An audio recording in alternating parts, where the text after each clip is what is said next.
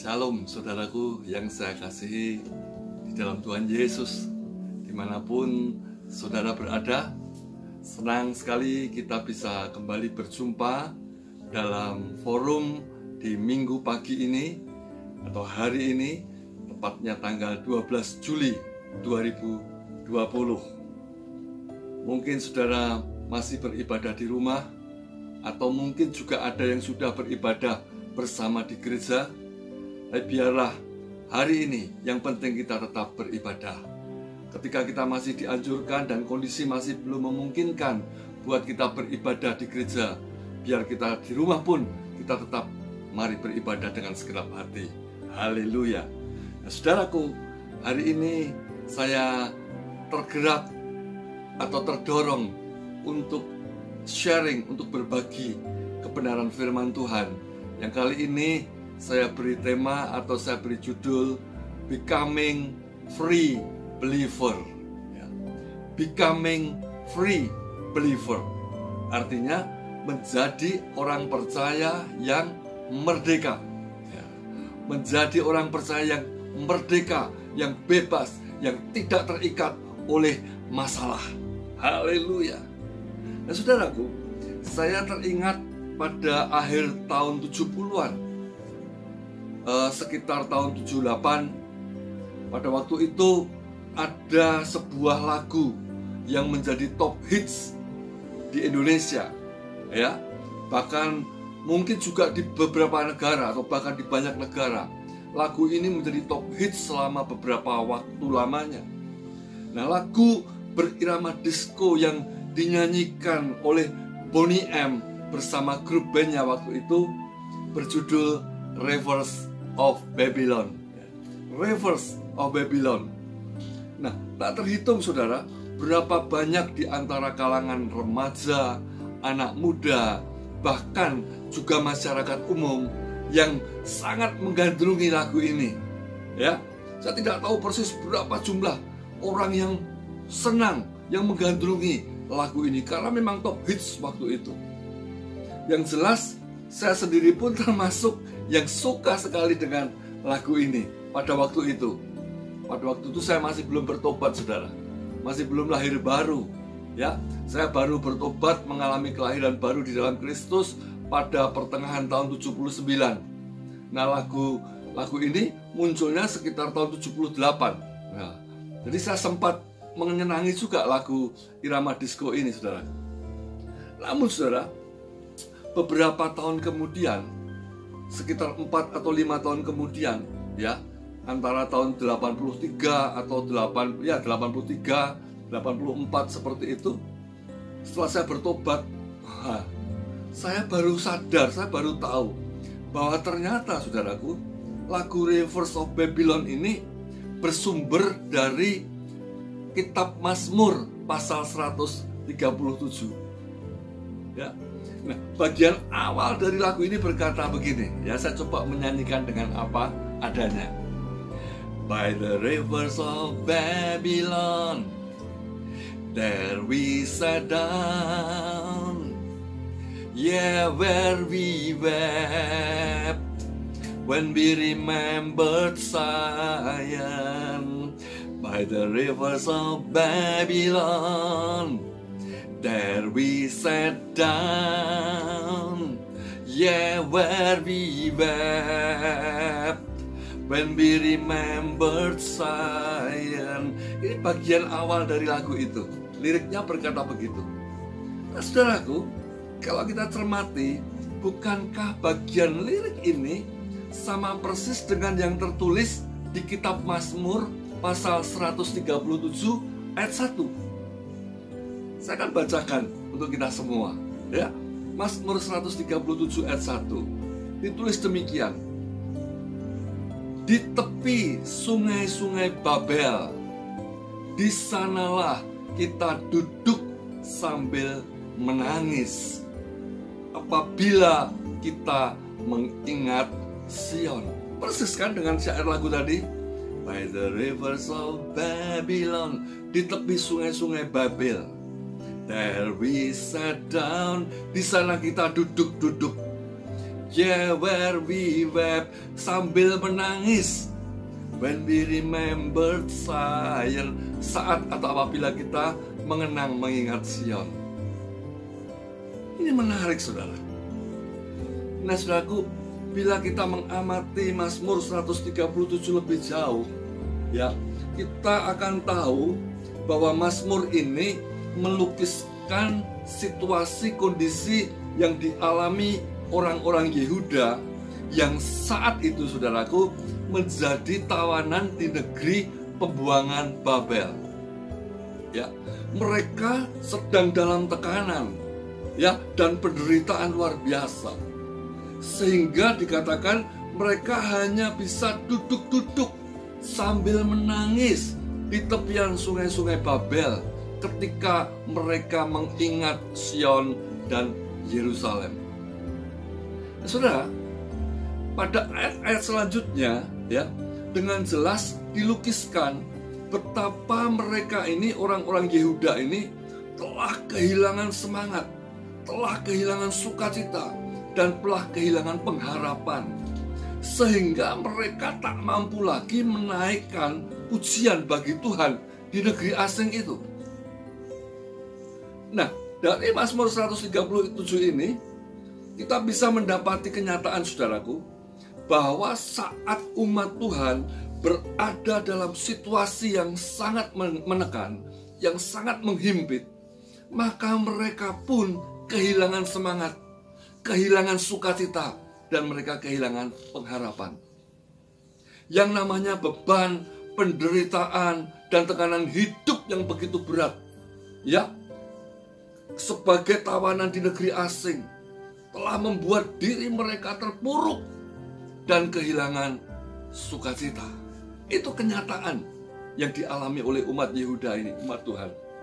Nah, saudara, padahal meski mereka berada di Babel, mereka ini sebenarnya masih bisa bebas bergerak.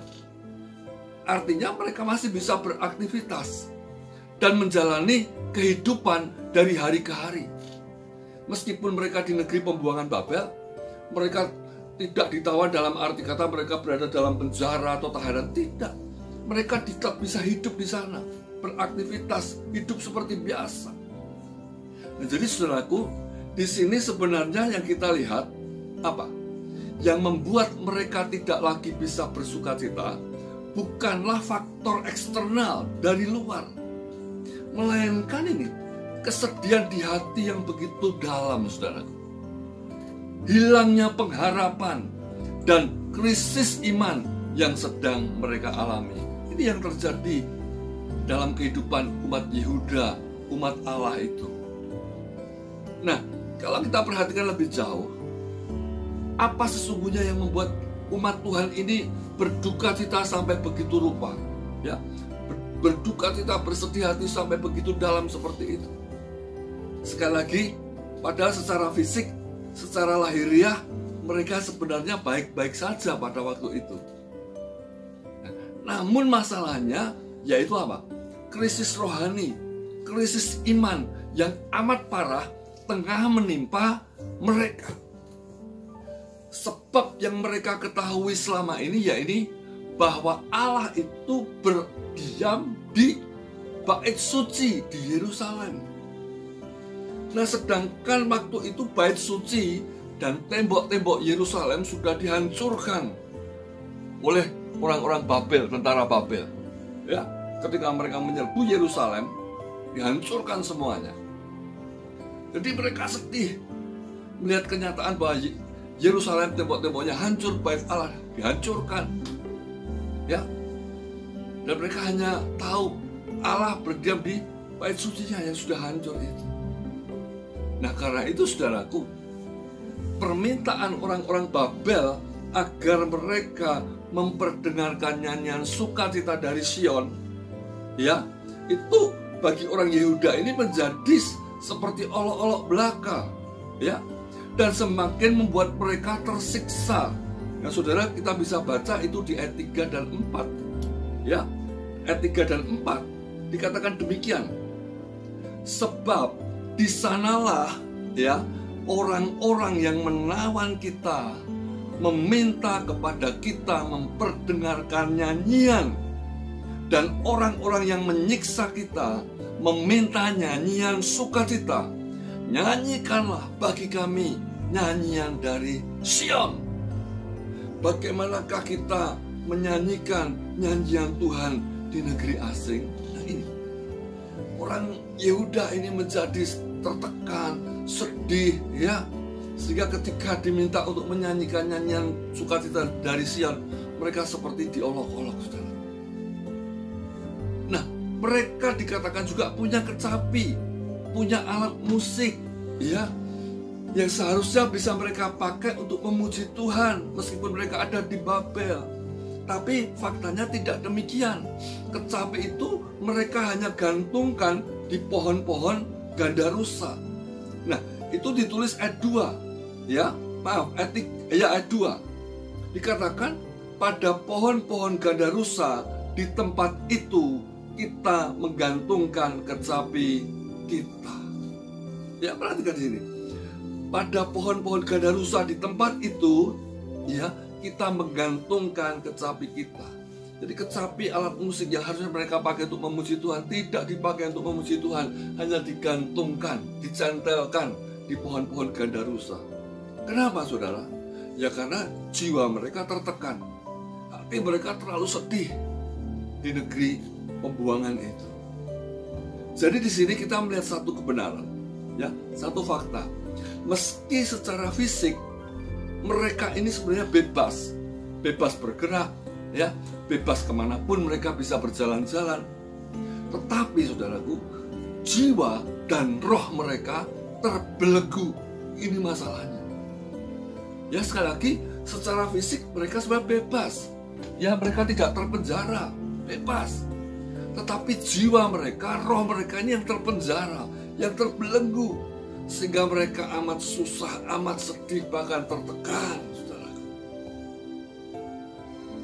Ini yang kita lihat dari kehidupan umat Yehuda. Di negeri asing, di negeri tawanan, mereka tertekan, ya. Mereka tidak lagi bisa memuji Tuhan. Nah, saudara, kalau kita melihat kisah yang lain, ya, ini kan di Mazmur 137. Sekarang mari kita bandingkan. Ada satu kisah yang lain, saudaraku, di Perjanjian Baru. Kalau kita bandingkan, maka kisah ini sangat bertolak belakang dengan keadaan umat Yehuda. Ya, ini menarik, saudaraku. Kisah ini bisa kita jumpai di dalam Kisah Para Rasul pasal yang ke-16 ayat 22 sampai 26. Ya, Kisah Para Rasul pasal yang ke-16 ayat 22 sampai 26. Ini kisah tentang Paulus, ya, dan Silas yang saat itu berada dalam penjara di Filipi. Ya, ini kisah juga sudah sangat populer, tapi tidak apa-apa kita baca. Ya, saya bacakan. Kisah 16 ayat 22 sampai 26. Dikatakan demikian, ayat 22. Juga orang banyak bangkit menentang mereka, menentang Paulus dan Silas. Lalu pembesar-pembesar kota itu menyuruh mengoyakkan pakaian dari tubuh mereka dan mendera mereka. 23. Setelah mereka berkali-kali didera, mereka dilemparkan ke dalam penjara. Kepala penjara diperintahkan untuk menjaga mereka dengan sungguh-sungguh. 24.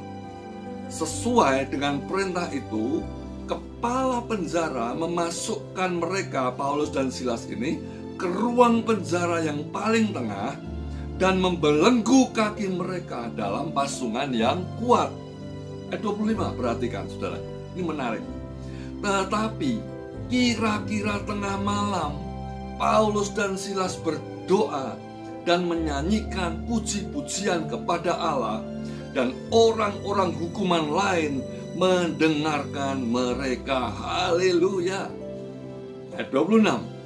Akan tetapi terjadilah gempa bumi yang hebat, sehingga sendi-sendi penjara itu goyah, dan seketika itu juga terbukalah semua pintu dan terlepaslah belenggu mereka semua. Haleluya. Ini menarik, saudara.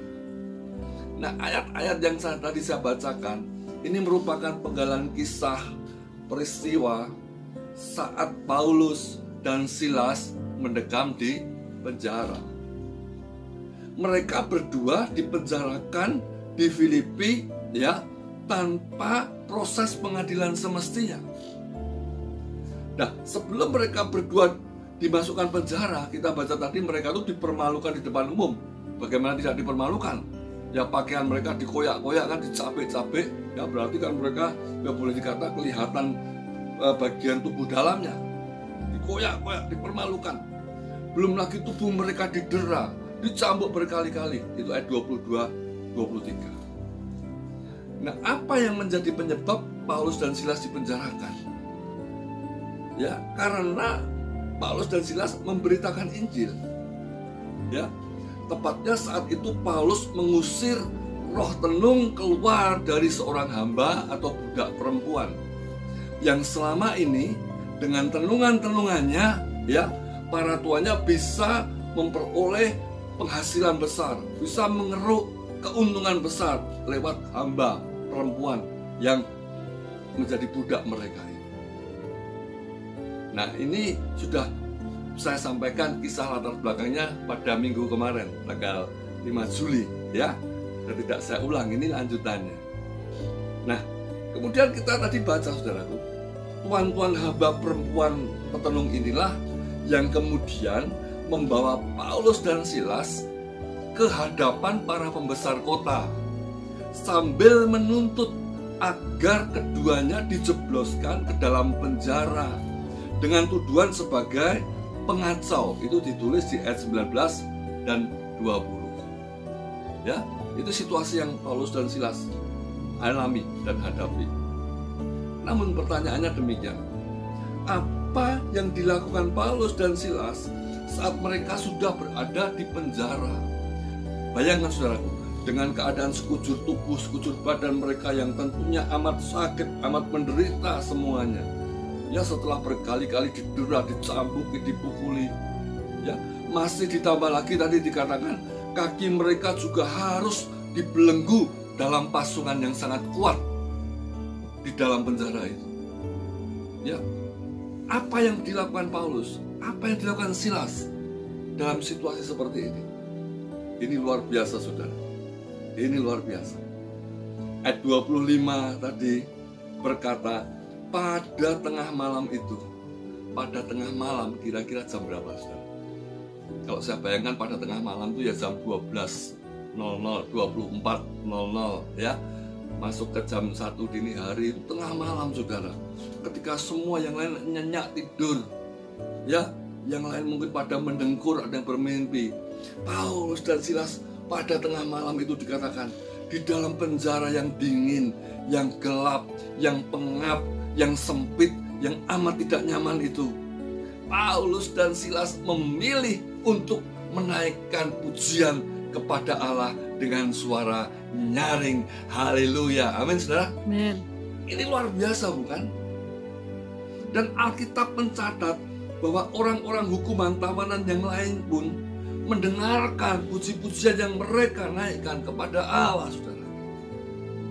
Ini yang kita lihat dari Paulus. Secara fisik mereka terbelenggu, nggak bebas, ya, dan mereka tetap menaikkan pujian.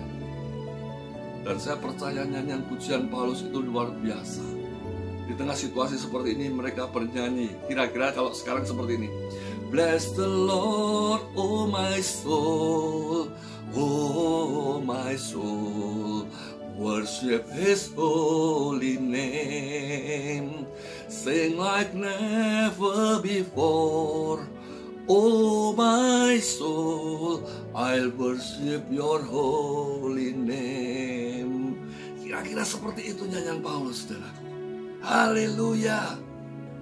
Saudaraku, kita lihat di sini jadi kisah Paulus dan Silas saat berada di dalam penjara Filipi ini sangat bertolak belakang dengan saat umat Tuhan tadi, umat Yehuda, ketika mereka berada di negeri pembuangan Babel. Ya, Jadi sekali lagi, meski secara lahiriah tubuh Paulus dan Silas ini terbelenggu kuat-kuat, bahkan kaki mereka dipasung erat-erat di dalam penjara, lihat saudara, jiwa dan roh mereka itu merdeka sama sekali. Amin. Amin. Ya, jiwa dan roh mereka tidak terbelenggu, merdeka, bebas sama sekali. Sehingga Paulus dan Silas tetap bisa bersukacita memuji Tuhan. Haleluya. Nyanyiannya, pujiannya luar biasa. Ya, saya bayangkan mereka juga bisa bernyanyi, Allahku dahsyat berkuasa, seluruh bumi sujud menyembah. Tinggikan namamu, Allahku dahsyat berkuasa, seluruh bumi sujud menyembah. Tinggikan namamu. Ya, nyanyian pujian yang kayak gitu saya percaya yang dinyanyikan Paulus, bukan nyanyian yang sedih-sedih, saudara. Padahal mereka menderita, mereka dipenjara, mereka dibelenggu kuat-kuat secara fisik. Tapi sekali lagi, jiwa dan roh mereka itu merdeka karena mereka tahu, mengenal persis siapa Tuhan, siapa Allah yang mereka sembah dan mereka layani. Amin. Amin. Nah, saudaraku, sekarang apa yang bisa kita pelajari dari kisah ini? Ya, apa yang kita bisa pelajari dari kisah ini? Nah, bagaimanakah pula dengan kehidupan kita saat ini, saudara? Kita mungkin tidak persis mengalami situasi yang dialami seperti umat Yehuda di pembuangan Babel, atau seperti yang dialami Paulus dan Silas di penjara. Kita nggak alami persis seperti mereka itu. Tetapi mungkin, ya, situasi hari-hari ini, saudara, situasi saat ini, di tengah yang namanya pandemi COVID-19 yang belum dapat kita ketahui kapan akan berakhir, ya, dan kita ini sekarang memasuki sebuah era yang namanya new normal, kenormalan baru yang ini juga mulai diberlakukan pemerintah. Saudaraku, jelas sikon ini tidak lagi bisa membuat kita kembali bebas seperti ketika belum ada pandemi. Betul, saudaraku? Ya, kita nggak bisa bebas lagi seperti sebelum ada pandemi. Di mana-mana kita harus jalankan protokol kesehatan. Ya, keluar rumah harus pakai masker. Ya, bawa hand sanitizer, sering cuci tangan. Ya, apalagi mungkin pakai face shield. Ya, apalagi hindari kerumunan, tidak bisa salaman, macam-macam. Kita menjadi tidak bebas lagi. Ya, secara fisik kita dibatasi. Belum lagi yang namanya masalah pergumulan, penderitaan itu bisa datang juga sewaktu-waktu, saudara. Ya, yang namanya persoalan itu bisa saja datang sewaktu-waktu tanpa kita harapkan, tanpa kita undang, tapi datang sewaktu-waktu. Perubahan goncangan bisa terjadi sewaktu-waktu. Saudara, ini poinnya yang ingin saya sampaikan. Sebagai orang percaya, marilah kita belajar seperti Paulus dan Silas saat keduanya berada di penjara Filipi. Amin. Amin. Bukan seperti umat Yehuda saat berada di negeri pembuangan Babel, saudara. Nah, oleh karena itu, dalam keadaan senang ataupun susah, bahkan di tengah keadaan terburuk sekalipun, kita harus tetap mengucap syukur kepada Tuhan dan memuji Dia senantiasa. Haleluya, amin, saudara. Amin. Ini yang harus kita lakukan, seperti Paulus dan Silas. Kalau kita bandingkan dengan Daud, raja yang besar, tapi Daud itu juga sang mazmur yang luar biasa. Daud pun juga berkata demikian.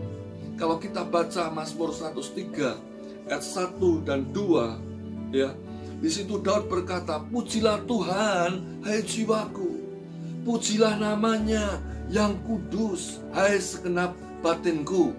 Ayat 2 dikatakan, pujilah Tuhan, hai jiwaku, dan janganlah lupakan segala kebaikannya.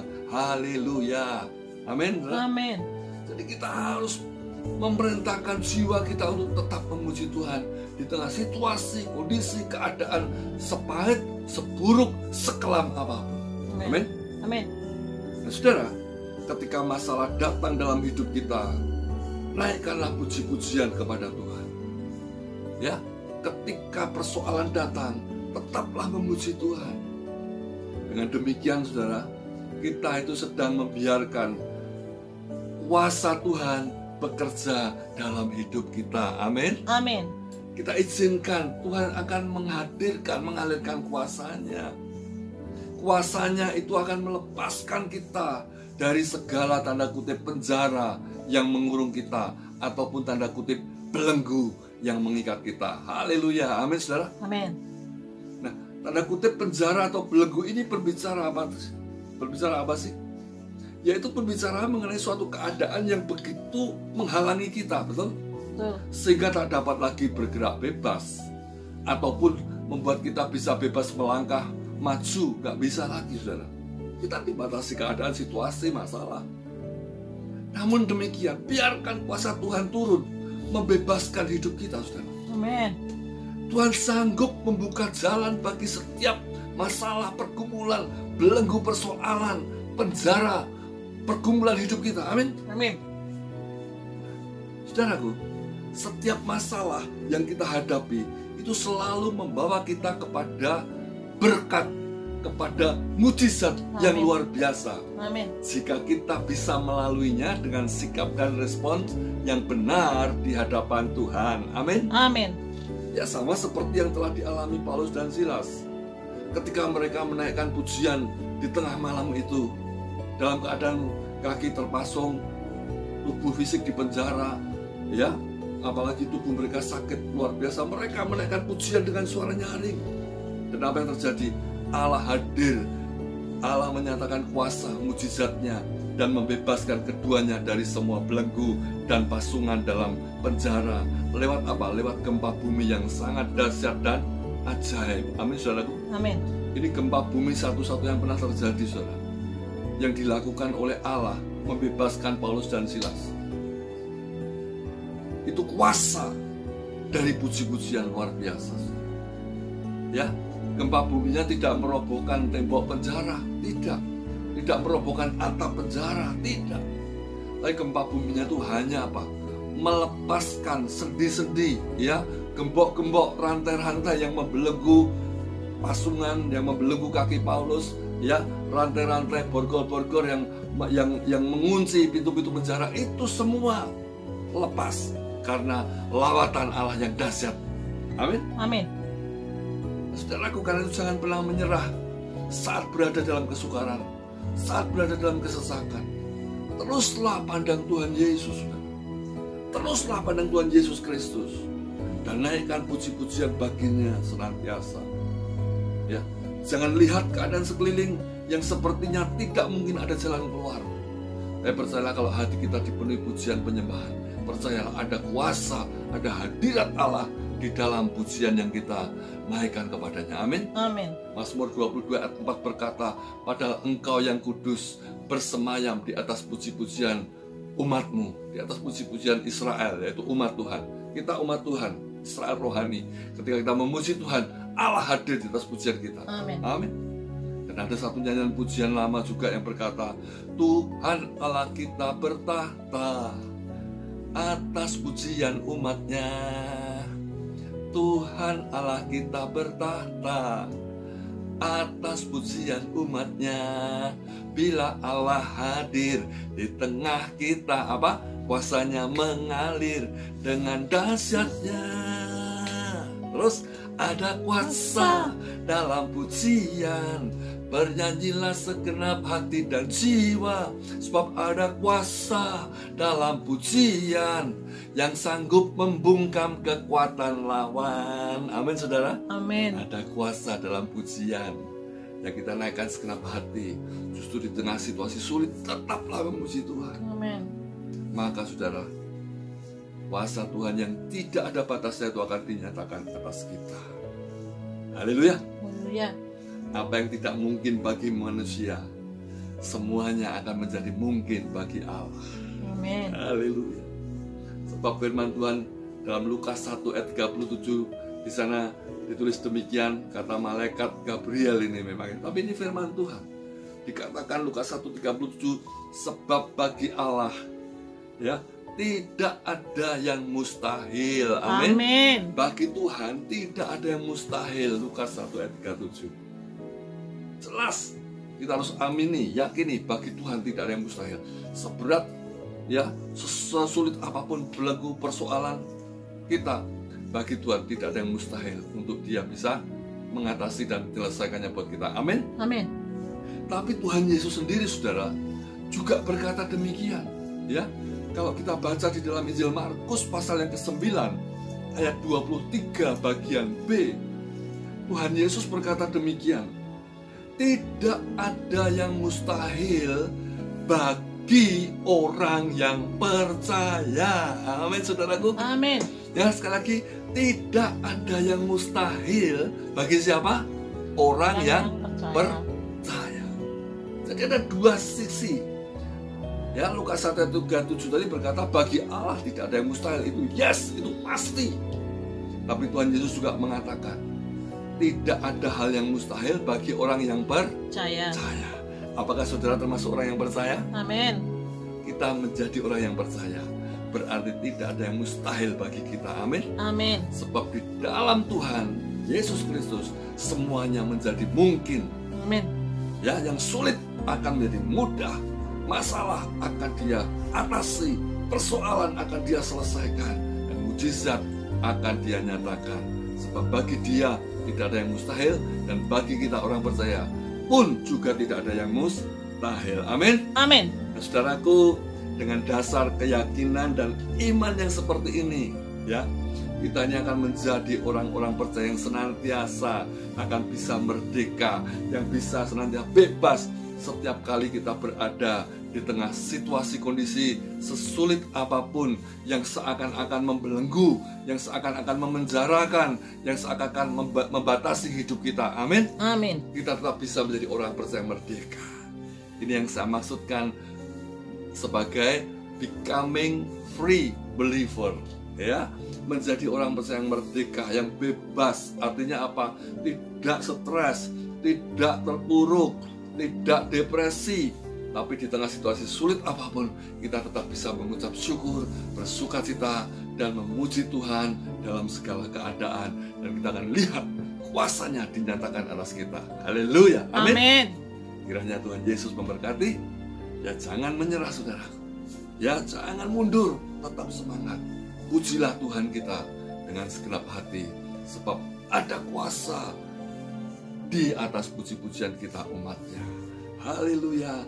Kiranya Tuhan Yesus menolong, meneguhkan, menguatkan saudara dalam situasi apapun yang saat ini saudara sedang alami. Haleluya. Amin.